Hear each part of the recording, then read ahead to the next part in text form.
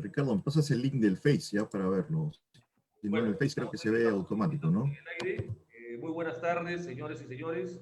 Les saluda Ricardo García de Universal TV Digital, desde Lima, Perú. Exactamente son las 5:31 p.m. de hora peruana. En estos momentos estamos en el tema Ciencia y Tecnología, que equipa a un programa completo que se llama Política, Desarrollo Sostenible y Tecnología, ¿no? Hemos estado antes en Política a las 3 de la tarde, luego pasamos a Desarrollo Sostenible y ahora cerramos el programa en esta hora final con lo que es Ciencia y Tecnología. Y contamos con la presencia de los dos conductores, que es Carlos Peralta Delgado, el ingeniero Carlos Peralta Delgado, y la ingeniero Rosa Delgado Vázquez. Y tenemos como invitado especial al doctor Juan José Bobadilla. Hoy tendremos el tema, el tercer objetivo de la ODS, que es salud y bienestar.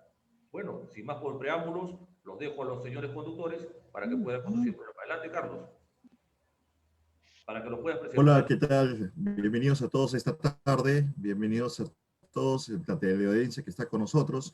Gracias, Ricardo, por el pase. Rosita, qué gusto verte nuevamente, poder conversar contigo, es un placer siempre. Y Juan José, cómo no presentarte, amigo de la infancia, amigo de muchos años. Le presento acá al doctor Juan José Bobadilla Aguilar, médico cirujano egresado de la Universidad Peruana, Cayetano Heredia. Es gerente central de proyectos de inversión del Seguro Social y obviamente una persona que conoce proyectos, conoce medicina, conoce infraestructura, conoce nuestras falencias, conoce lo que nosotros podemos decidir hacer. Y más aún, Juan José ha tenido la dicha y oportunidad de poder trabajar con las Naciones Unidas, con UNOPS, ¿no? Generando proyectos. Y una cosa importante, Juan José, es que su experiencia trabajando en cooperación internacional, en gobiernos regionales, trabajando en salud, pues le ha dado una visión muy cabal de lo que pasa en nuestro país. Rosita, ¿cómo estás? La bienvenida también para ti. Sí, gracias. Bien, desde la semana pasada, aquí esperando la presentación de nuestro invitado. Yo creo que va a ser muy interesante porque no solamente tiene una experiencia en el Perú, pero internacional, sobre todo en Naciones Unidas, así que pues ya no es escucharle y quizás se le hacen unas preguntas después. Gracias. Claro que sí. José, ahí tus palabras de bienvenida. Te escuchamos. Bueno, Carlos, agradecerte mucho la oportunidad de poder compartir un poco la experiencia que tenemos trabajando con el sector público, tanto a nivel nacional como internacional, a través de proyectos de desarrollo, infraestructura hospitalaria y equipamiento. A través de los años hemos venido viendo el desarrollo de los hospitales y los centros de salud en el país. Perdón, hay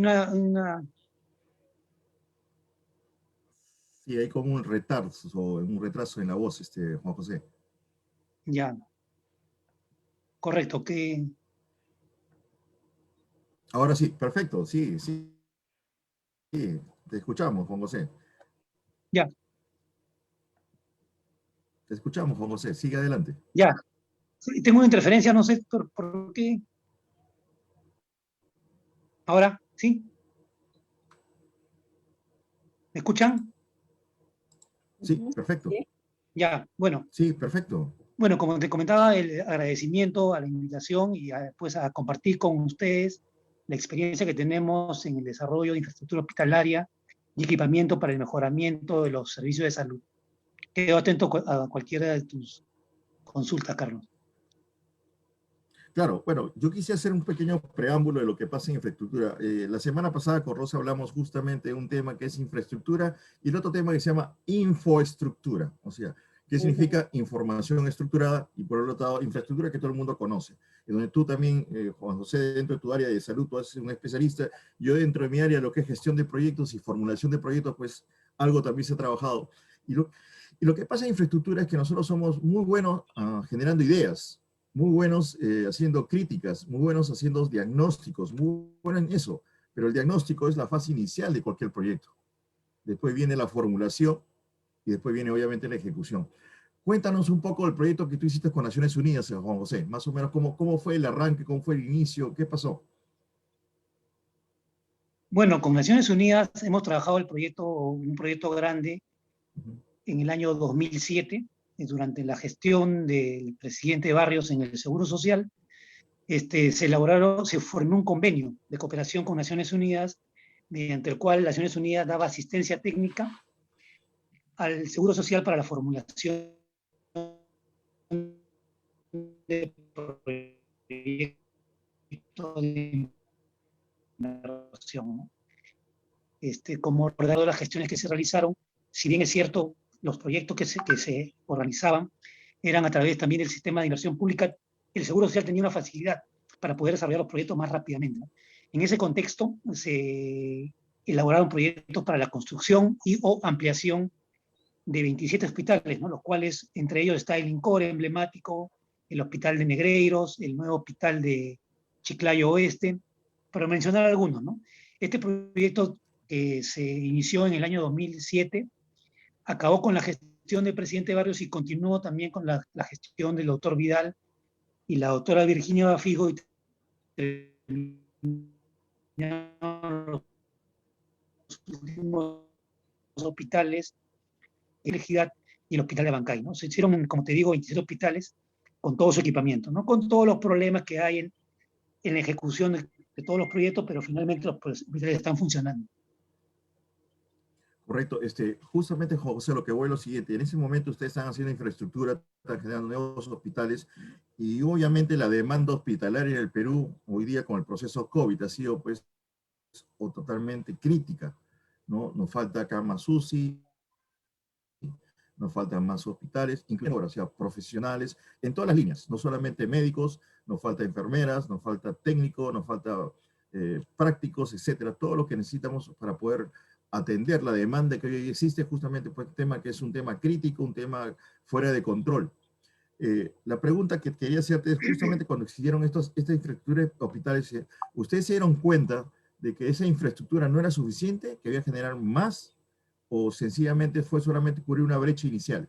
Bueno, te comento, Carlos, de que existen varios diagnósticos, como tú bien mencionas, de la brecha de infraestructura hospitalaria, ¿no? O sea, tanto la Universidad Pacífico con su grupo de estudios, como el AFIN, que es una asociación privada que hacen diagnósticos de brecha, han estimado que la brecha en el sector salud al 2019-2020, sin pandemia, era aproximadamente de 53.000 millones de soles, ¿no? Entonces, básicamente nosotros cuando hablamos de brecha tanto de calidad como una brecha de cantidad, ¿no? Digamos que podemos hablar de brecha de calidad cuando no se da un buen servicio, tenemos una camilla malograda, un tomógrafo malogrado, y una brecha de cantidad que es población no atendida, ¿no? En el 2019 esta brecha era de 200, ¿cómo? Era 53.000 millones de soles. Y el presupuesto de inversiones en salud al año es aproximadamente 1.000 millones, o sea que nos faltarían 50 años para cerrar la brecha del día de hoy, ¿no? Obviamente este diagnóstico es de conocimiento de todo el sector, no, nadie lo oculta, pero conocemos pues que los recursos son limitados, la brecha es muy grande y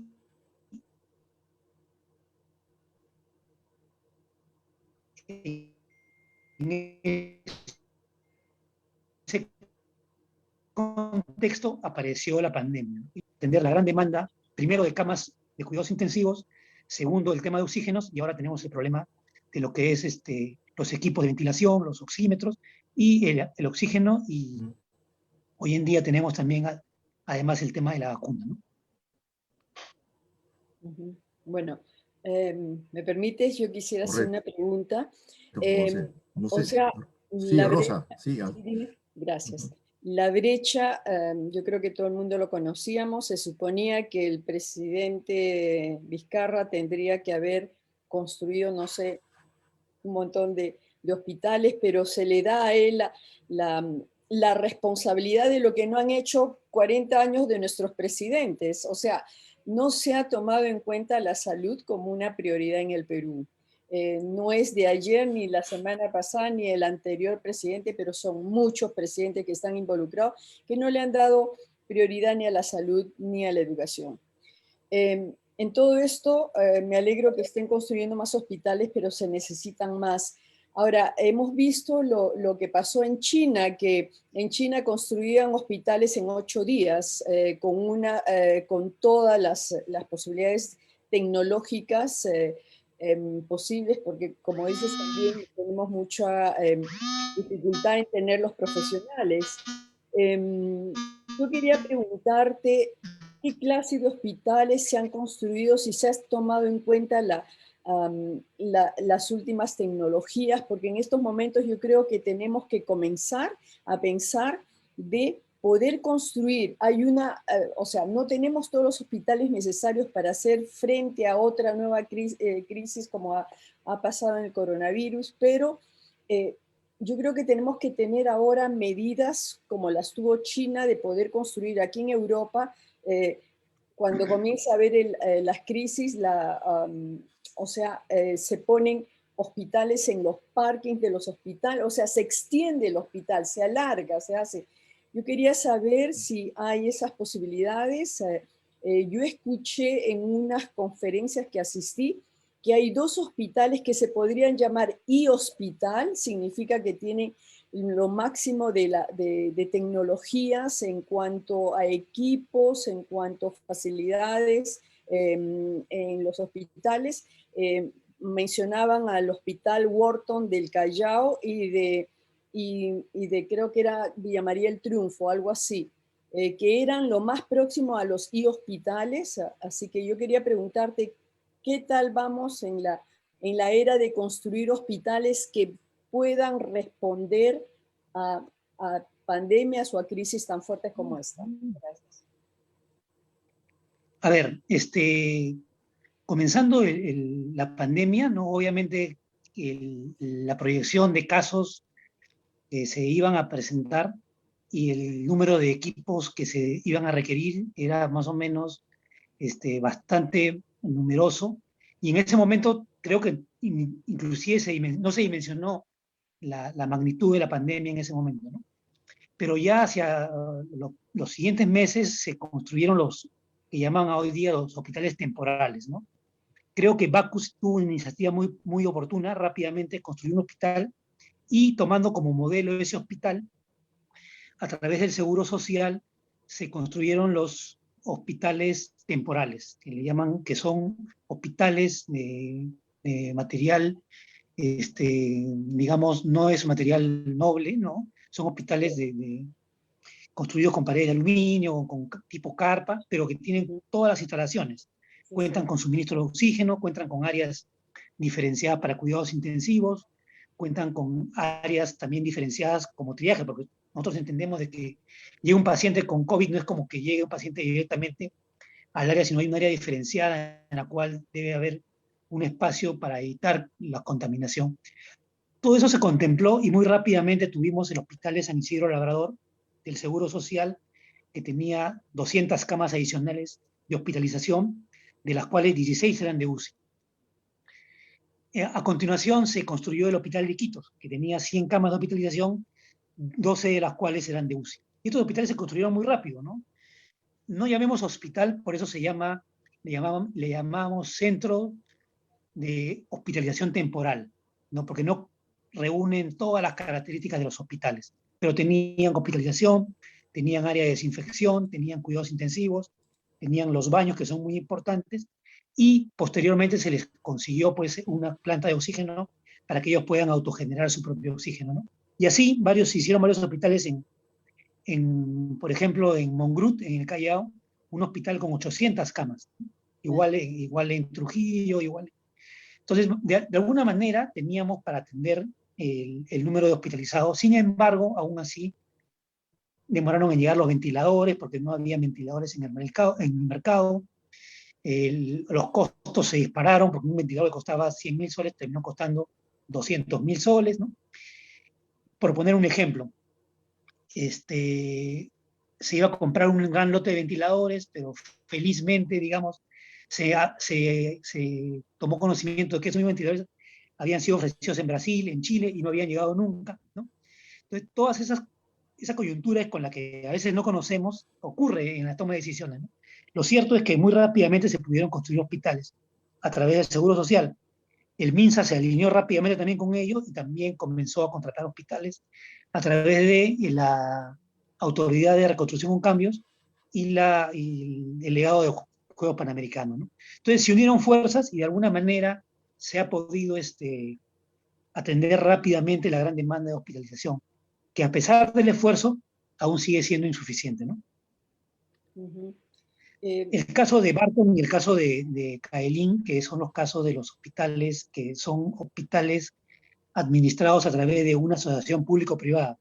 Entonces, el inversionista construye el hospital, lo equipa, pone los profesionales y pues funciona con una tipo clínica, ¿no? Es otro tipo de tecnología, otro tipo de atención, ¿no? Pero que dependen del Seguro Social. O sea, ellos atienden a los pacientes asegurados, el Seguro Social pues le paga el reembolso correspondiente, ¿no? Y obviamente han ido en el tiempo lo que establece el contrato renovando su tecnología. Es por ello que lo que mencionas del e-hospital, en el cual está bastante articulado en lo que es sistema de información. Justamente por ahí va Juan José. Mire, yo me atiendo en el Barton, o sea, acá en la Avenida Argentina, es lo que mencionaba Rosa. Y justamente el Hospital Barton es un hospital, pues, a comparación de otros hospitales, pues, moderno, diferente, ¿no? Con profesionales de alta capacidad y obviamente estamos usando sistemas de información gerencial, ¿no? Hay sistemas interconectados donde yo voy, doy mi apellido, doy mi DNI, ya tienen toda mi información clínica, tienen todo mi conocimiento, manejan historia clínica digitalizada, o sea, está en la base de datos. Ya no está la famosa carpetita que usaban los médicos, y tú, Juan José, te acordarás, porque la famosa carpetita de los médicos la anotaban a lapicero, pues, el diagnóstico, ¿no? Las recetas, etcétera, con una fecha, ¿no? Y si no había esa historia clínica, pues no podía decir, bueno, el médico tratante puede decir qué cosa es este señor, pues no se ha acordado por la cara de los pacientes, porque atienden una innumerable cantidad de pacientes. Justamente eso iba, Juan José. Ya hemos tocado la demanda de infraestructura, equipamiento, que bien lo has dicho, los diagnósticos son claros, pero ¿qué pasa con el capital humano? ¿Qué pasa con la mano de obra? ¿Qué pasa con los médicos, con los especialistas, con los emergenciólogos? ¿Tú crees que es suficiente? No, definitivamente, como se ha evidenciado, hay una gran brecha también de especialistas en el sector salud, ¿no? Y hoy día se pone en evidencia probablemente los intensivistas, pero no son los únicos, digamos, profesionales que no tenemos en el país. Por ejemplo, yo recuerdo mucho el tema de los neonatólogos, ¿no? De los anestesiólogos, de los cirujanos, de los neurocirujanos, que no hay en el país la cantidad de profesionales para poder atender a la cantidad de patologías que se presentan. Hoy en día se evidencia naturalmente el tema de los intensivistas y emergenciólogos, pero la brecha es en todas las especialidades, ¿no? Y hoy en día, como bien debes conocer, Carlos, ingeniera, el hecho de que todos los esfuerzos estén orientados a atender pacientes con COVID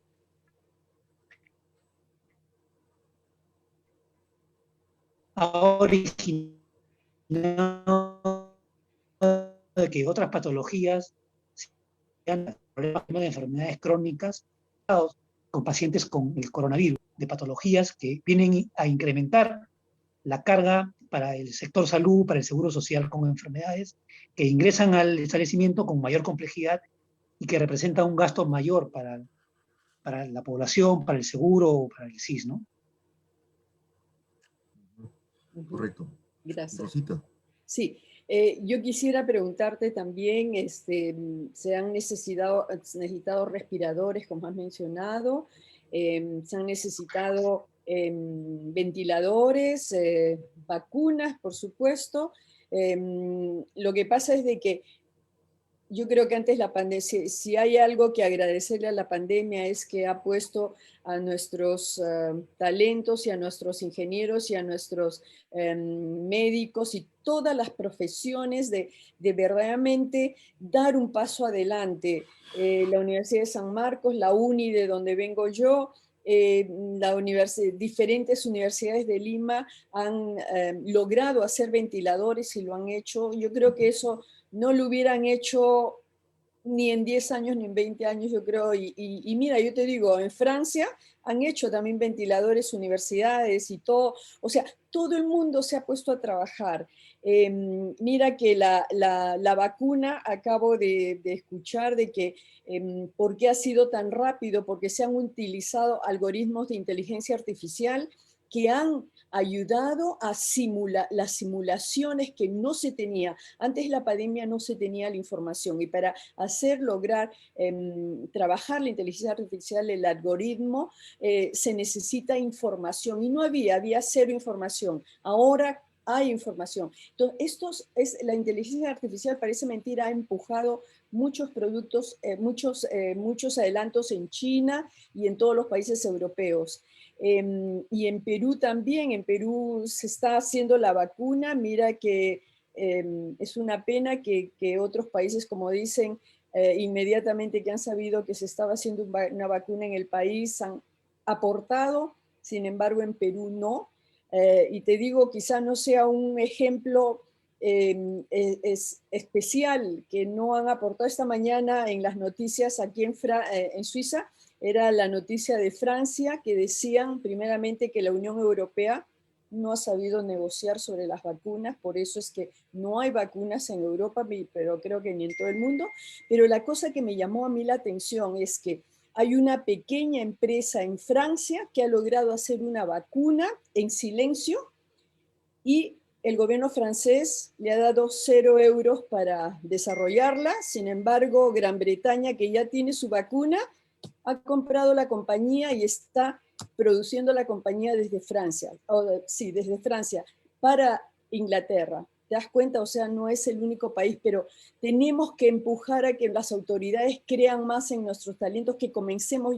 Es que tú crees que toda esta ola de desarrollos tecnológicos de ayuda a la salud, porque la salud hoy en día es la prioridad de todos los países del mundo, se va a parar, o cómo hacer para que sigan creando más respiradores, más mascarillas, más de todo, que se creen en los países, en el Perú, en Bolivia, en Argentina, en los países emergentes, sobre todo tú que conoces los proyectos de la ONU.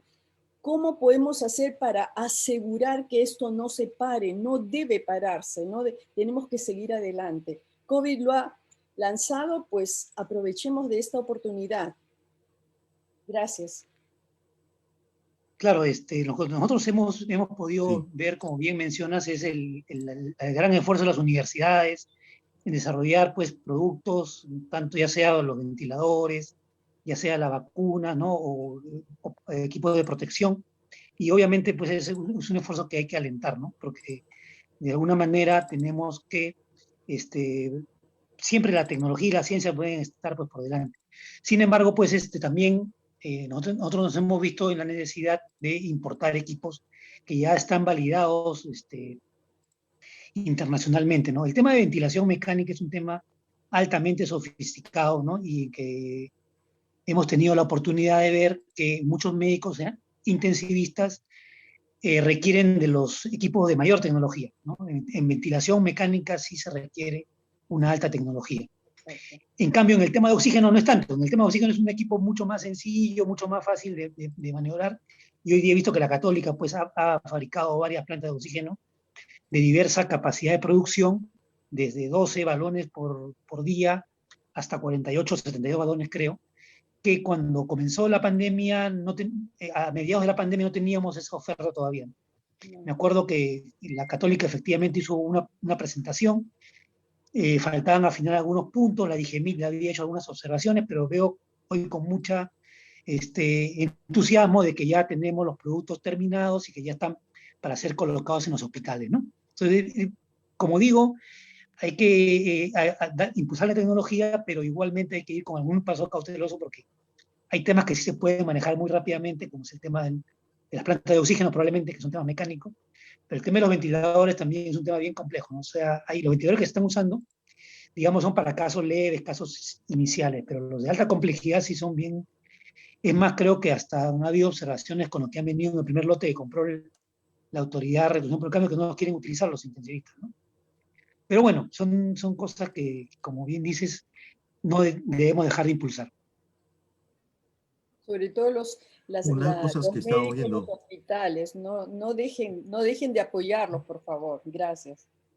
Oh, claro. Claro, no, claro que sí. Juan José, justamente una de las cosas que mencionó Rosita que me entusiasmó es, nosotros como ingeniero, pues, y luego somos ingenieros, nos gustan las nuevas tecnologías, y una de las nuevas tecnologías es la inteligencia artificial y el machine learning, ¿no? Una de las propuestas que decía yo en unas conferencias que daba aquí a lo largo de Latinoamérica es que ya las profesiones ya no son estancos. Sí, es cierto que los médicos tienen muchas especialidades, ¿no? Pero ya no son estancos, ya no es un ingeniero civil, un ingeniero industrial, un ingeniero electrónico, un mecánico y N. Inclusive una de las propuestas decía, ya tenemos que pensar en ingenieros médicos. ¿Por qué? Porque ahora los médicos dependen de la tecnología, de máquinas. Y obviamente los médicos hacen qué cosa? Su core de negocio, cuál es la interpretación y el diagnóstico. Pero esa información, interpretación y diagnóstico, parte de qué? De la información que proporciona equipos y máquinas. Y esos equipos y máquinas tienen que ser construidas por especialistas. Y estos especialistas son ingenieros. Pero los ingenieros nosotros no sabemos nada de medicina. Y una de las cosas que habló justamente que es la inteligencia artificial, que parte de la estadística básica, lo que aprendimos en regresión lineal, etcétera, de ahí parte el nacimiento de la inteligencia artificial, y viene el machine learning. Hace poco he estado asesorando a una chica en una universidad sobre una tesis de machine learning, y ella dijo, tenemos que usar algoritmos que se llaman de aprendizaje profundo, el deep learning, y dentro de esos algoritmos de deep learning hablamos de que el random forest, ¿no? Que justamente lo que tú hablabas, que necesitamos especialistas de varias ramas para poder decir, Juan José, ¿cómo ves tú en el tema ya de capital humano que estamos hablando en ese punto, ¿no? Esta transformación, ¿no? Del conocimiento que surge en el mundo, pero dentro de tu especialidad, lo que es la medicina. Bueno, justo muy bien lo que mencionas, este tema de un ingeniero que tiene que ser un poco médico y un médico que tiene que ser un poco ingeniero, ¿no? Creo que la Universidad Cayetano Heredia ya lanzó la primera Así es. promoción de ingenieros médicos, ¿no? Y del mismo modo la Católica también tiene una maestría en ingeniería biomédica, ¿no? Y Biomédica, ahí, pues, biomédica, ingeniería biomédica, ingeniería sí. biomédica, claro, ahí son ingenieros que hacen después una especialización de biomédicas y en la carrera es distinto porque combinan ambas especialidades, ¿no? Y obviamente este equipo de profesionales va a darle una nueva mirada a lo que es la tecnología dentro de los hospitales. Y también hay médicos informáticos también, ¿no? Que ven el tema del manejo de información. Tú sabes, Carlos, de que ahora con el tema de esto de la pandemia, se ha incrementado notablemente el tema de lo que es la teleconsulta, ¿no? Entonces ya el médico no, presencialmente no necesariamente tiene que atender al Exacto. paciente, ¿no? Pero ya puedes atenderlo a través de un Zoom, a través de una plataforma informática, y adicionalmente la colaboración entre especialidades. En el salud y en el Ministerio de Salud están trabajando bastante lo que es el tema de la telesalud, ¿no? Y hoy en día ya tenemos en los equipos, vienen con protocolos de comunicación, ¿no? Que el DAI con otros protocolos, en el cual permite compartir imágenes, ¿no? Compartir imágenes no solo de radiografías ni tomografías, sino imágenes fotográficas de dermatología, de piezas de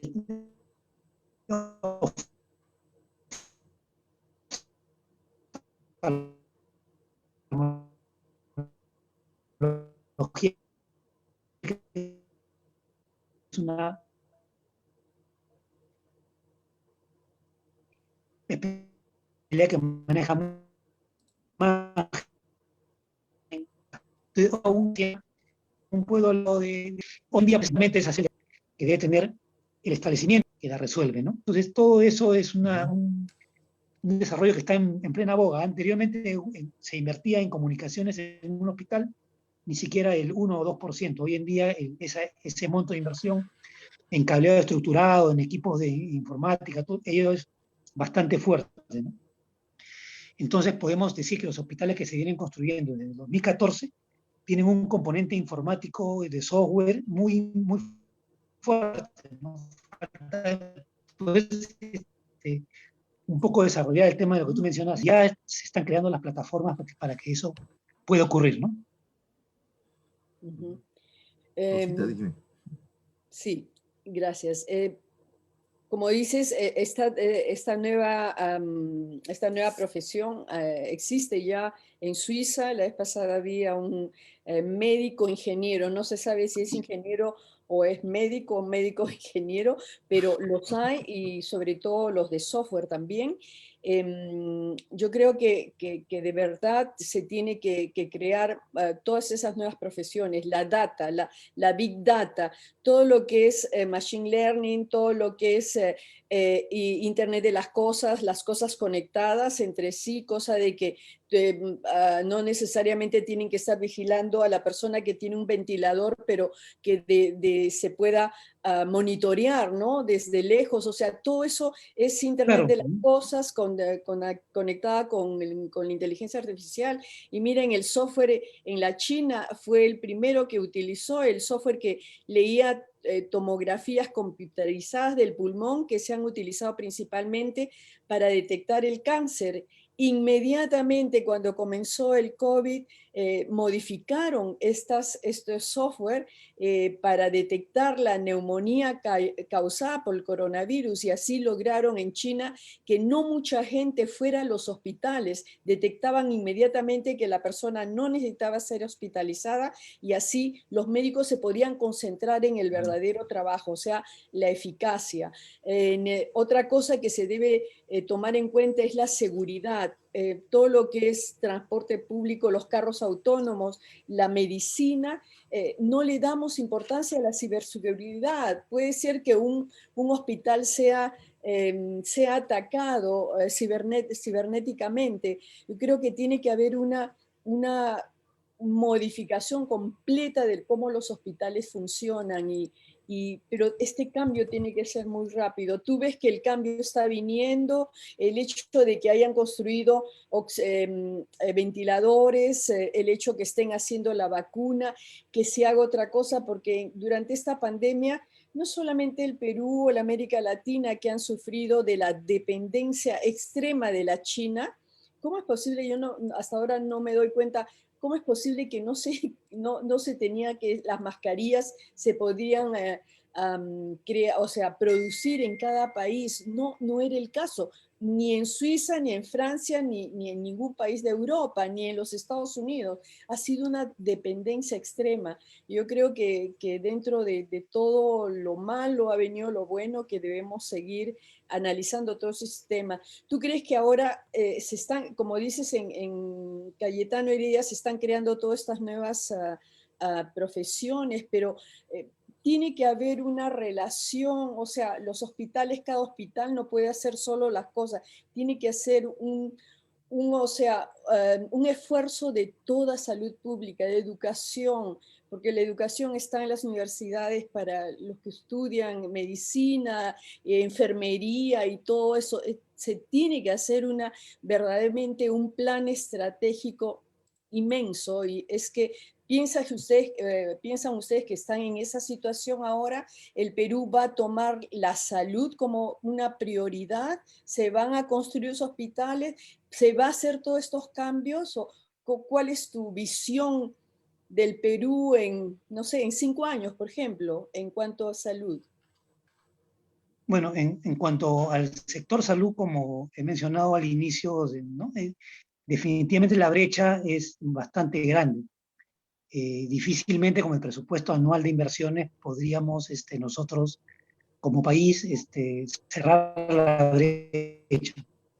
Sin embargo, el esfuerzo que vienen haciendo los gobiernos de manera sucesiva es tratar de incrementar el presupuesto del sector y optimizar los procesos para que las inversiones finalmente se concluyan.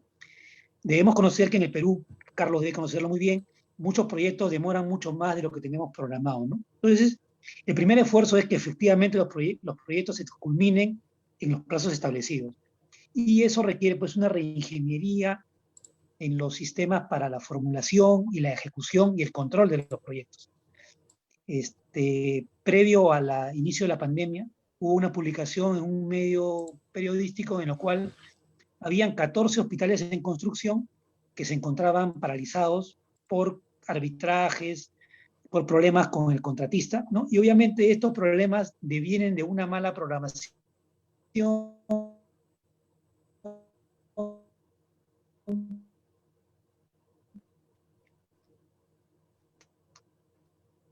de un mal estudio técnico, de un desarrollo y ejecución, no hayan estas demoras, ¿no?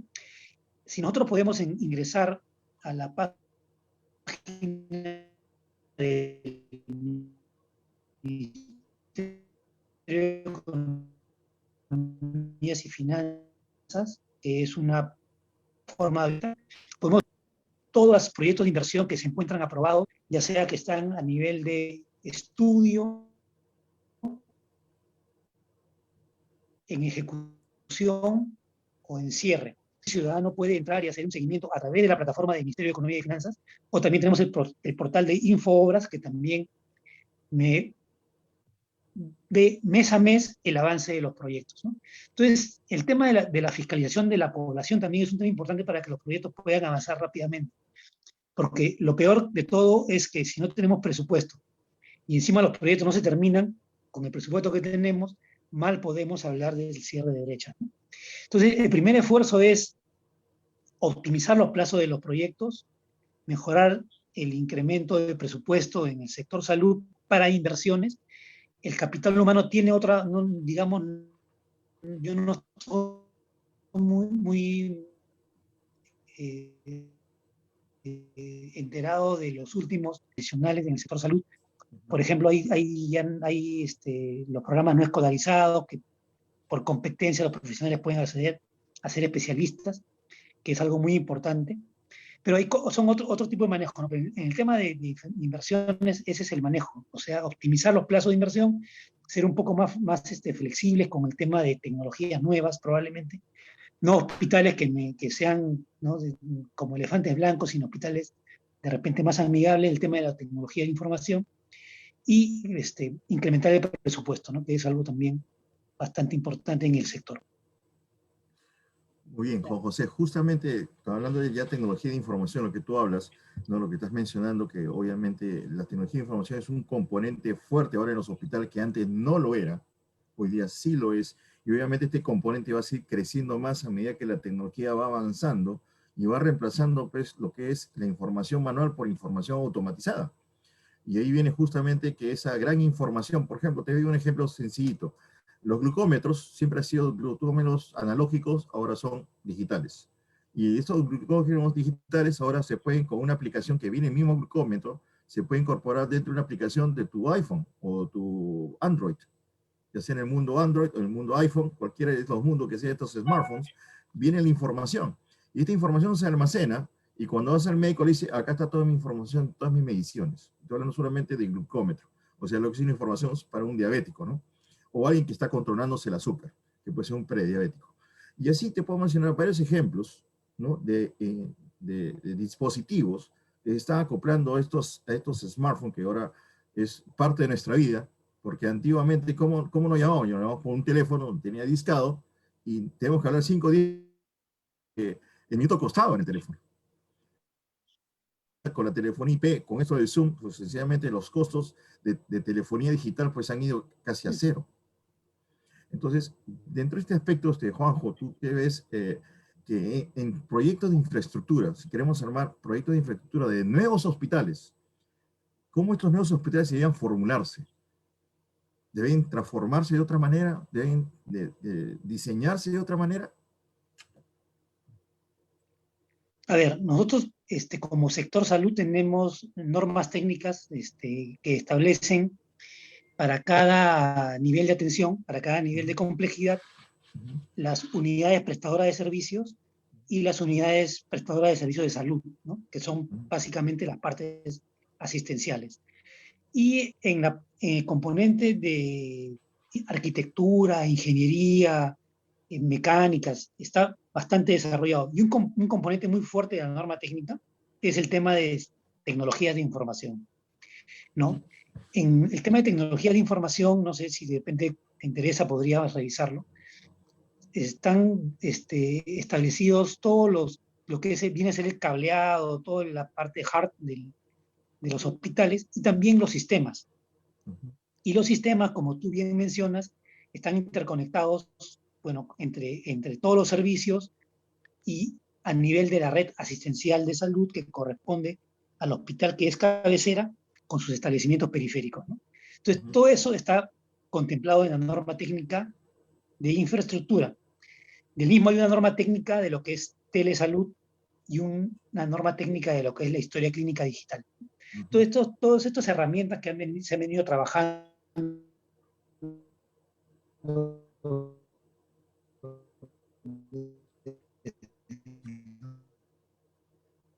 2014, 15, los hospitales, y también desde el Ministerio de Salud, trabajando lo que es la telesalud con todas estas herramientas que tenemos hoy en día, ¿no? Obviamente, como tú bien mencionas, si hablamos de un glucómetro, también podemos hablar de un tomógrafo, o podemos hablar de un mamógrafo que permite, pues, que un médico en Suiza pueda ver la mamografía de un paciente que está en Bambamarca, ¿no? Ujú. Por exagerar, ¿no?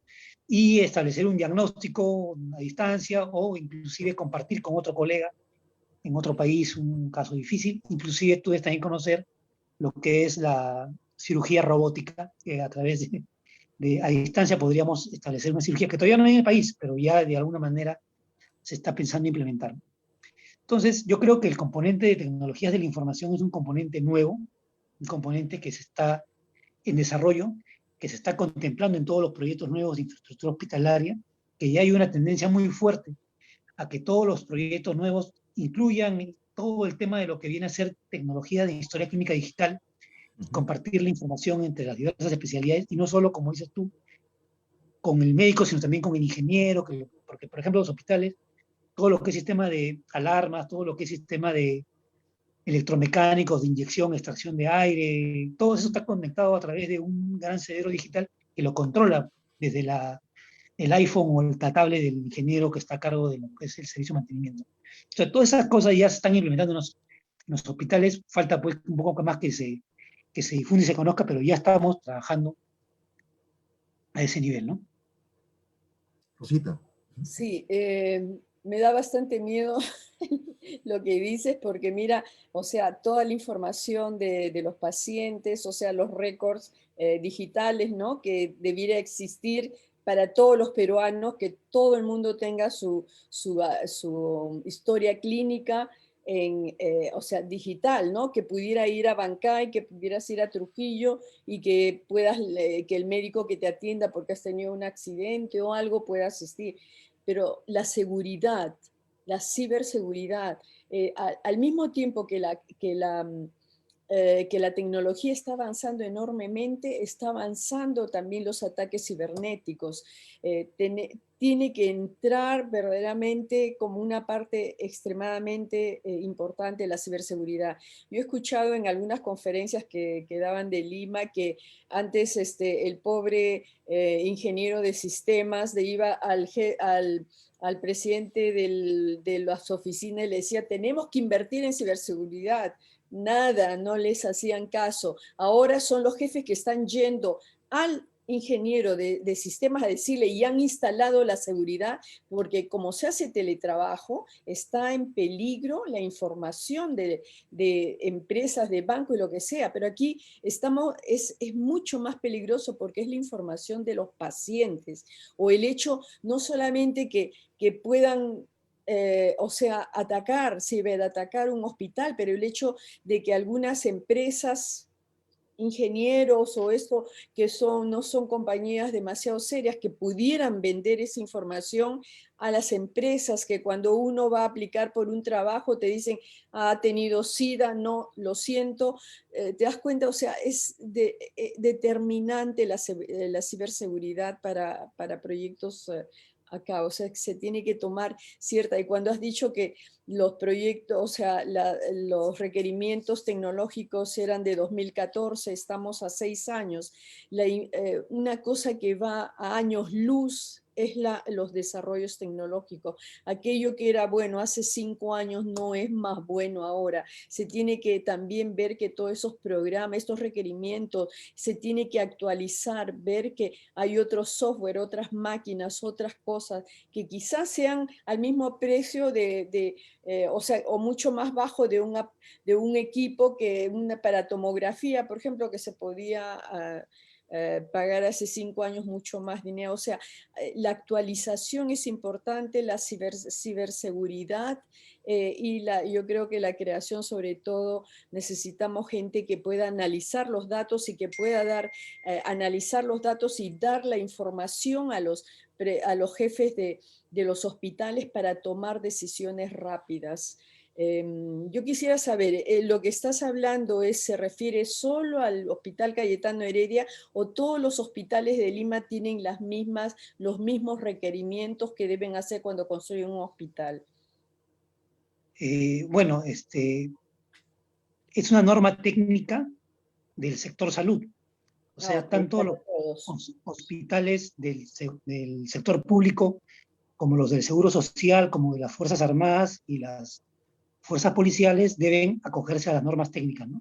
Lo que Ok. mencioné era que desde 2014 ya se encuentran implementados, pero obviamente todo lo que es tecnología se tiene que actualizar, ¿no?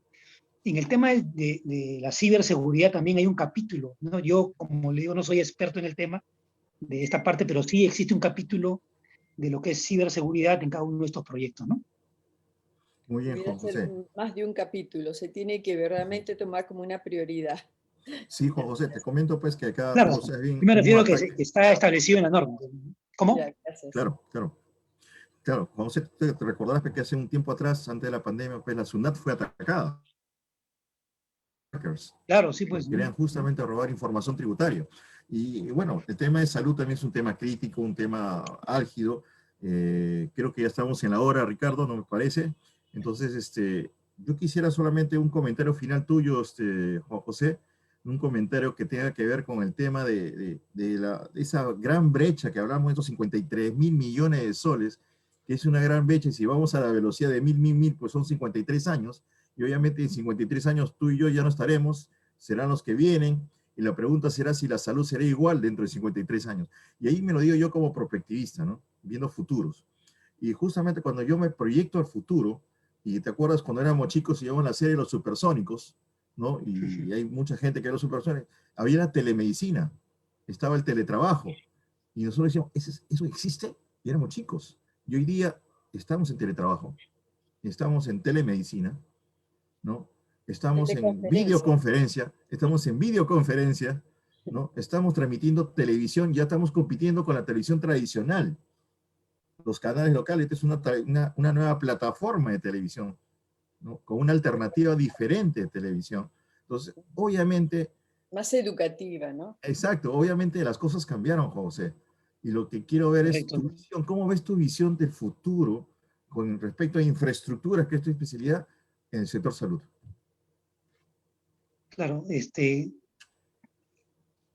ahí hay dos temas que tenemos que analizar, ¿no? Un tema importante es que efectivamente requerimos hospitales que cumplan toda la normativa del sector, porque un hospital no es como construir un colegio, no Uh -huh, es como construir una carretera, no es como construir pues, un centro comercial, ¿no? uh Un -huh. hospital requiere de una serie de instalaciones especiales, suministro de oxígeno, suministro de aire comprimido, un sistema de aspiración centralizado. Hoy en día, para trasladar la muestra,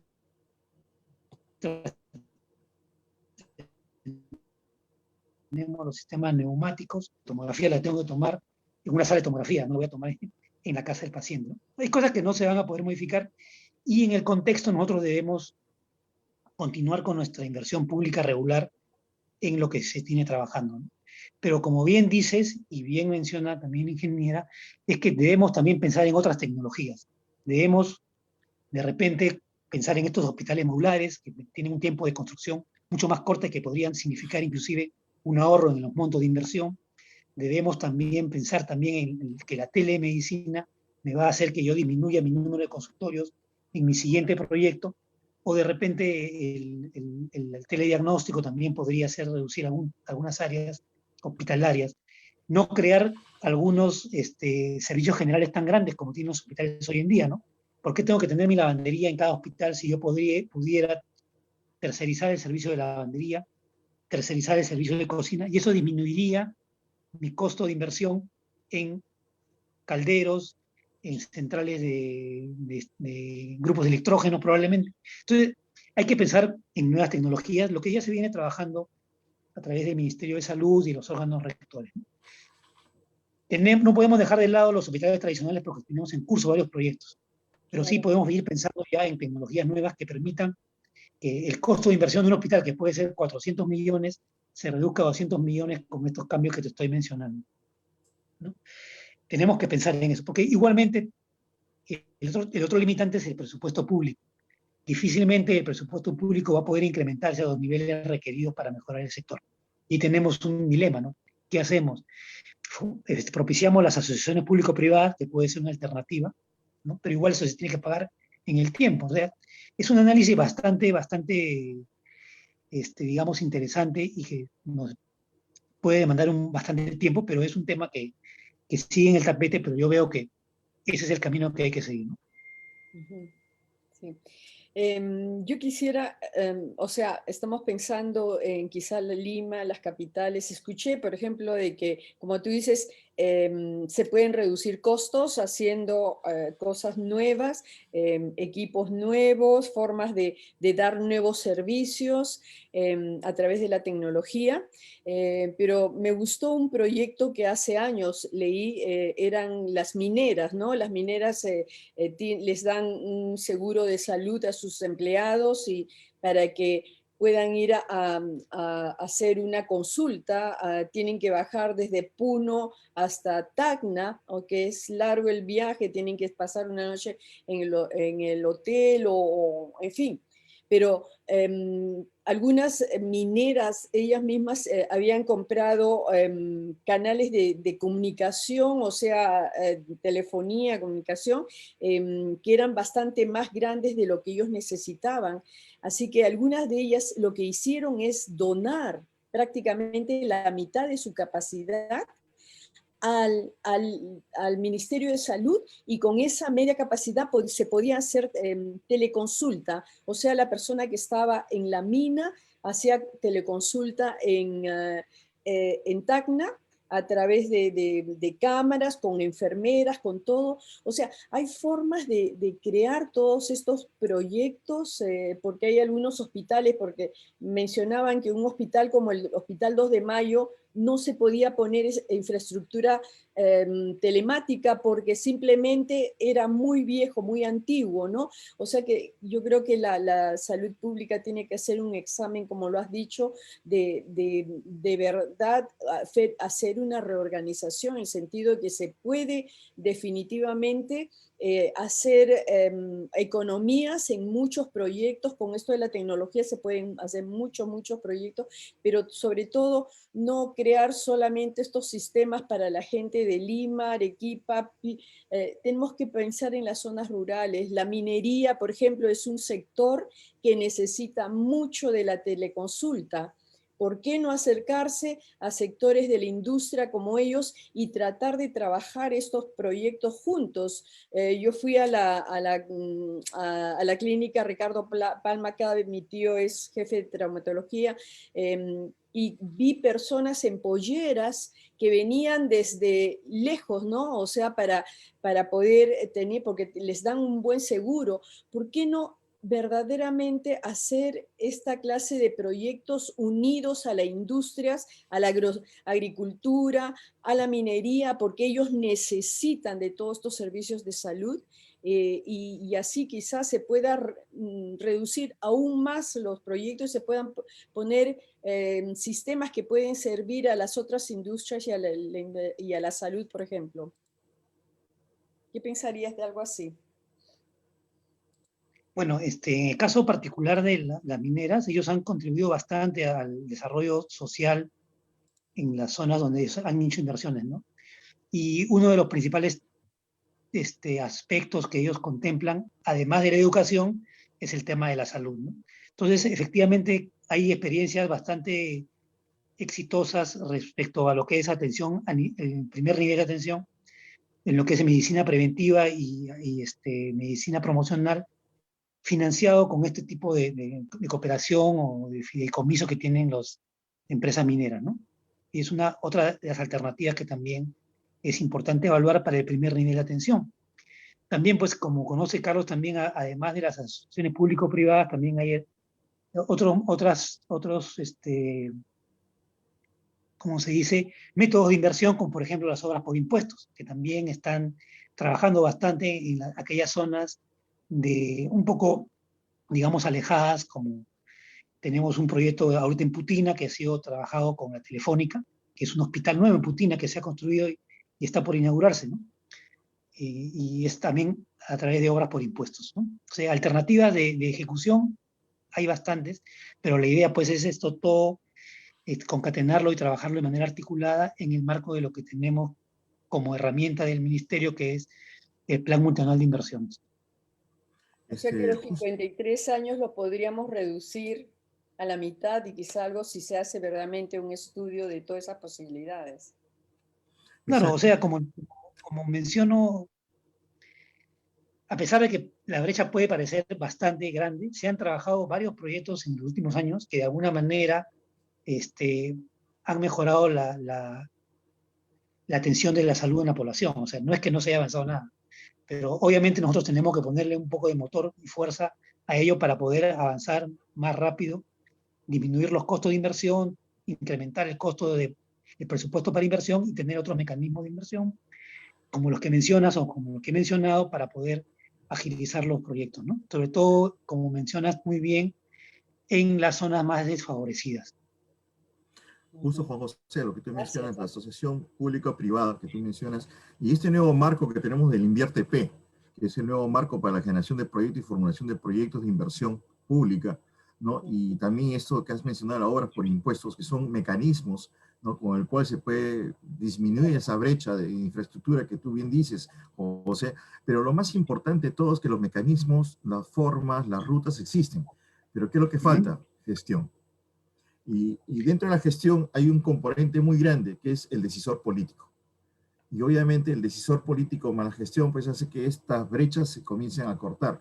Y lastimosamente nuestros decisores políticos no han sido pues de los mejores en los últimos 20 años. Y obviamente la brecha, como decía Rosita en una de sus presentaciones, tenía razón. O sea, la culpa no del último que está en la silla, sino de los anteriores que han venido trabajando y que han aumentado esta brecha y no la han podido acortar en el paso de su gestión. Entonces, Juan José, justamente por esa visión que yo tengo de lo que veo, obviamente la telemedicina, el Internet de las cosas, la tecnología, ya llegó ya está en Perú, ya está acá. Tú bien me dices ahora el componente de este marco normativo que usted me dice de gestión de hospitales, me dice, están los componentes, está la ciberseguridad, está el sistema informático, están los equipamientos de alta tecnología. Y obviamente hemos tocado el capital humano. Fíjate, todos los componentes que se intervienen para que la infraestructura hospitalaria de salud se pueda crear. Ahora, el tema es, lo que tú dijiste, tenemos recursos escasos. Igual como el tema de educación, hay recursos escasos. Y obviamente la brecha educativa entre Perú y otros países por tratar de hacer una combinación, pues no es la misma.